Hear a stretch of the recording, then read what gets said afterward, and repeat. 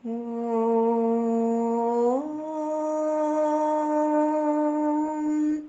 शान्तिः।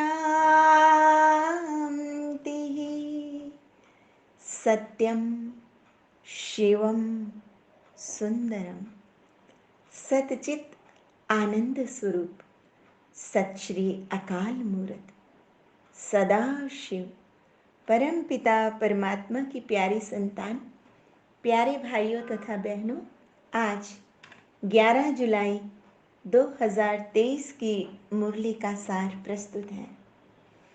आज की मुरली में भगवान शिव ने अपने योगी और तपस्वी बच्चों को वरदान देते हुए कहा, मालिकपन की स्थिति में स्थित रह प्रकृति द्वारा सहयोग की माला पहनने वाले प्रकृति जीत भव।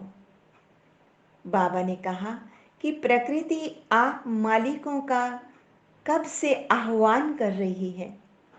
चारों ओर प्रकृति के तत्व हलचल करेंगे, लेकिन जहां आप प्रकृति के मालिक होंगे वहां प्रकृति दासी बनकर सेवा करेगी। लेकिन कैसे करेगी? सिर्फ आप प्रकृति जीत बन जाओ तो प्रकृति सहयोग की माला पहनाएगी। जहां आप प्रकृति जीत ब्राह्मणों का पांव होगा, जहां आपका स्थान होगा, वहां कोई भी नुकसान नहीं हो सकता। तूफान आएगा, धरती हिलेगी, लेकिन बाहर सूली होगा और यहाँ पर कांटा। सभी आपकी तरफ स्थूल और सूक्ष्म सहारा लेने के लिए भागेंगे। आज की मुरली का सार है, मीठे बच्चे, ईश्वरीय पढ़ाई बहुत ऊंची पढ़ाई है। ये पढ़ाई बहुत ही राजयुक्त, शक्ति युक्त, पूर्ण सत्य का साक्षात्कार कराने वाली है। इसलिए इस पढ़ाई को अंतर्मुखी बनकर बहुत ही शिद्दत से पढ़ना है, दिल लगाकर पढ़ना है। इसके साथ साथ भाग्य विधाता भगवान शिव की श्रीमत पर निरंतर चलते रहना है। ऐसा करने से तुम बच्चों की तकदीर बहुत ऊंची बन जाएगी। काल चक्र में वर्तमान समय बहुत ही महत्वपूर्ण है, क्योंकि इस समय भाग्य विधाता भगवान स्वयं आकर हम बच्चों को श्रेष्ठ कर्मों द्वारा अपनी उच्च तकदीर बनाने की विधि सिखा रहे हैं, विधि और विधान सिखा रहे हैं। आज का प्रश्न है, तुम बच्चों की ऊंची तकदीर कौन सी है जिसके आधार पर तुम सारी सृष्टि की तकदीर को जान लेते हो? तो उत्तर है, सबसे ऊंच से ऊंच तकदीर है स्वदर्शन चक्रधारी बनना।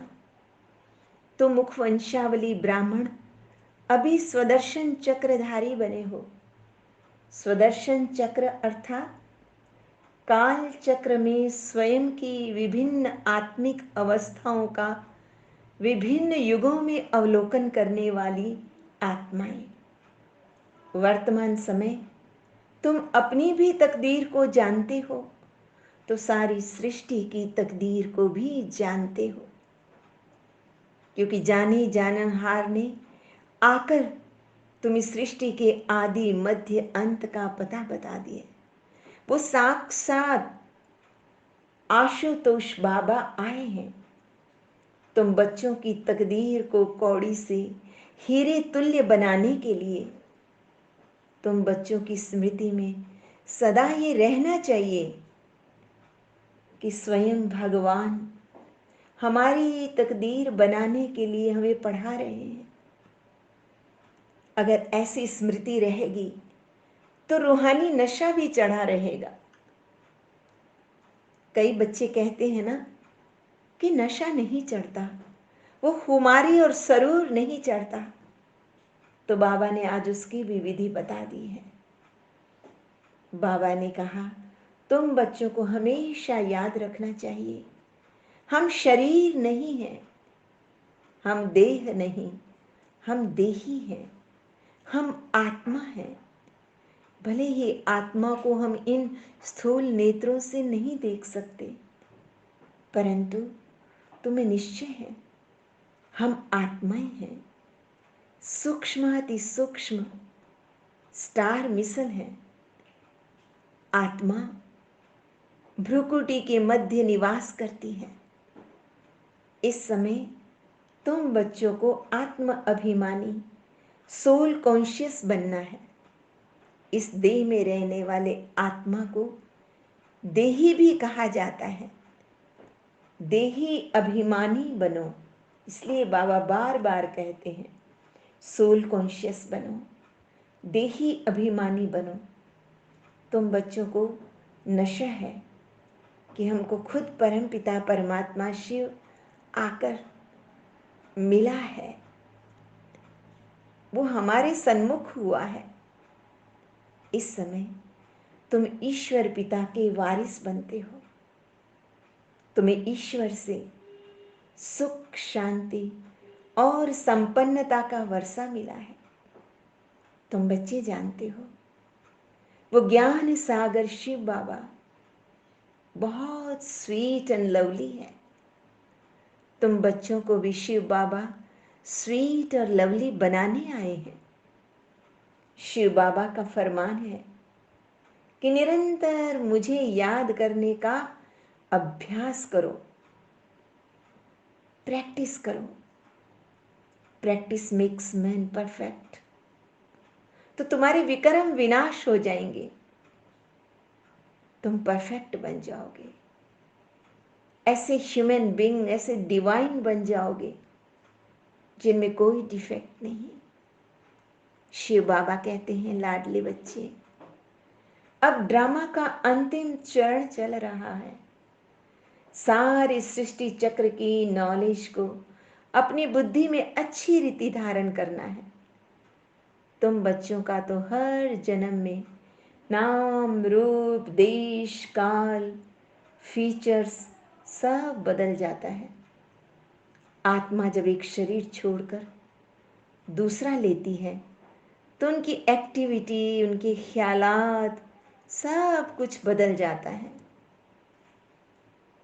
कुछ भी पिछले जन्म का जैसे अभी याद नहीं है तो कुछ भी याद नहीं रहता है।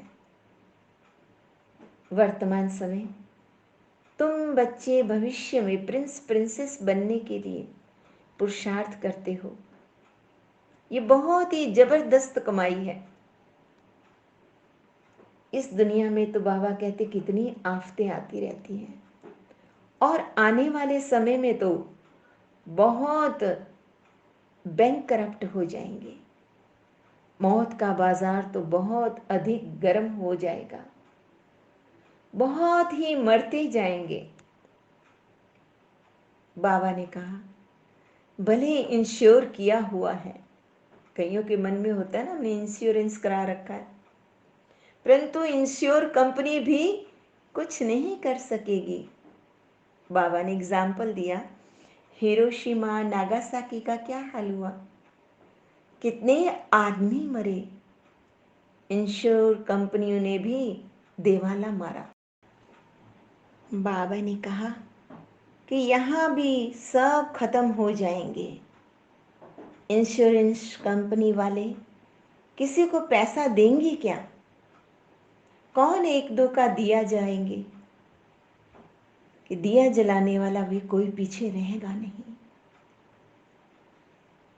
बाबा ने कहा देखो मनुष्य में अंधविश्वास कितना है, सब के आगे जाकर दंडवत प्रणाम करते हैं।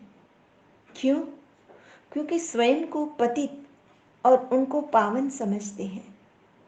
भगवान शिव कहते हैं मेरे लाडले बच्चों, हम तो बच्चों को नमस्ते करते हैं, तुम तो हमारे सिर के मोर हो, सिर के ताज हो, नैनों के नूर हो। तुम विश्व के मालिक बनेंगे, ब्रह्मांड के भी तुम मालिक हो।